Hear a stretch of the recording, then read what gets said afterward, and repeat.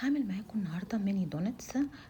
شيقة جدا للولاد وسهلة بحشوات مختلفة، ربع ساعة وهتكون جاهزة. اليومين دول أيام امتحانات والولاد محتاجين حاجة حلوة، وإحنا كمان ما عندناش وقت، فهتبقى حاجة حلوة وسريعة ومغذية في نفس الوقت، كلها مكونات من البيت. ممكن تحشوها شوكولاتة، ممكن تحشوها مربى حسب الرغبة.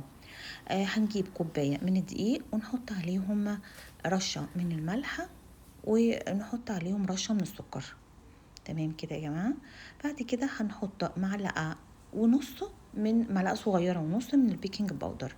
هنقلب كل المكونات الجافة كلها، هنقلبها عشان تختلط كويس قوي مع بعضها. ونضيف كوباية من الزبادي اللي هي 140 جرام، كوباية الزبادي 140 جرام. وهنحط هنا معلقة كبيرة ونص زبدة أو سمنة، أو ممكن نحط 3 معالق زيت نباتي. تمام. هنقلب بقى الكلام ده كله مع بعض لغاية نقلب كويس جدا، ندمج في الأول وبعد كده نبتدي نعجن. تمام. هنعجن هنا طبعا بتتعجن بسرعة قوي يا جماعة، حتى ممكن الأطفال يعملوها معاكم من كتر ما هي سهلة. بصوا العجينة عاملة ازاي، قطنية قطنية تحفة، جميلة جدا ومش متعبة خالص. هناخدها بقى على الكاونتر او على الرخامة ونبتدي نعملها بالنشابة كده.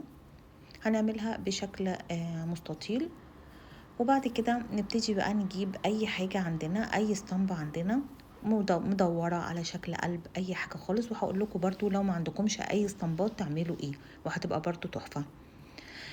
تمام.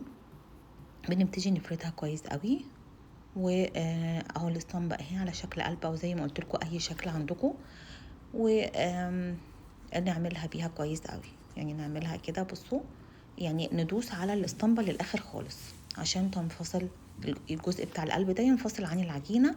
وبعد كده بنلم بقية العجينة ونعمل بيها بقى الباقي، يعني ناخدها ونشكلها تاني وهكذا. تمام. هنا اهو بصوا انا بوريكم هنا بس السمك بتاعها هيبقى قد ايه. يعني بتبقى السمك بتاع العجينه لا هي يعني رقيقه قوي، ولا هي، بصوا هو السمك كده لا رقيقه قوي ولا هي اصلا تخينه. تمام. هنا بقيه العجينه بوريكم بس ان احنا خدنا بقيه العجينه، وبرده بشكلها بنفس الطريقه، بعملها بالنشابه على شكل مستطيل كده او شكل مربع، وابتدي برضو اعملها بالاسطمبه بتاعتي. هنا بصوا يعني ما احتاجتش حتى ارش اي حاجه على الكاونتر، لا دقيق ولا اي حاجه. تمام. وبرضو نفس الحكاية بشكلها وبلم بقية العجينة وهكذا. تمام.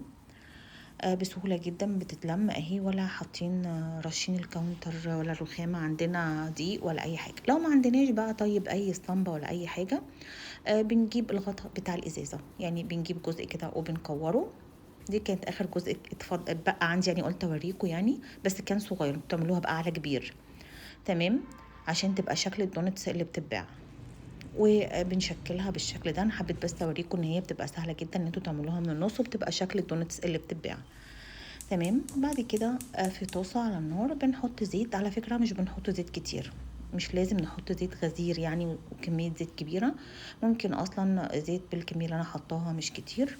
وبنبتدي نحمر في الدونتس، بنوصل للون الذهبي.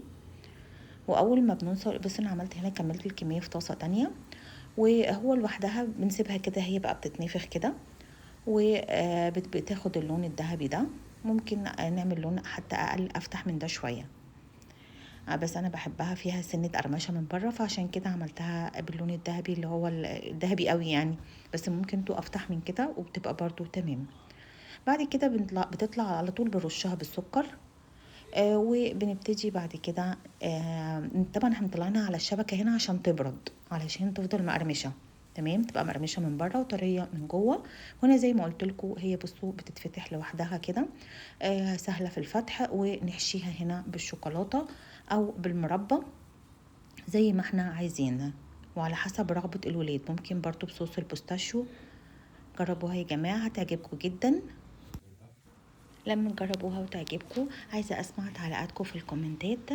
وبجد يعني هي مش هتاخد منكم وقت خالص، وفعلا طعمها شيق جدا.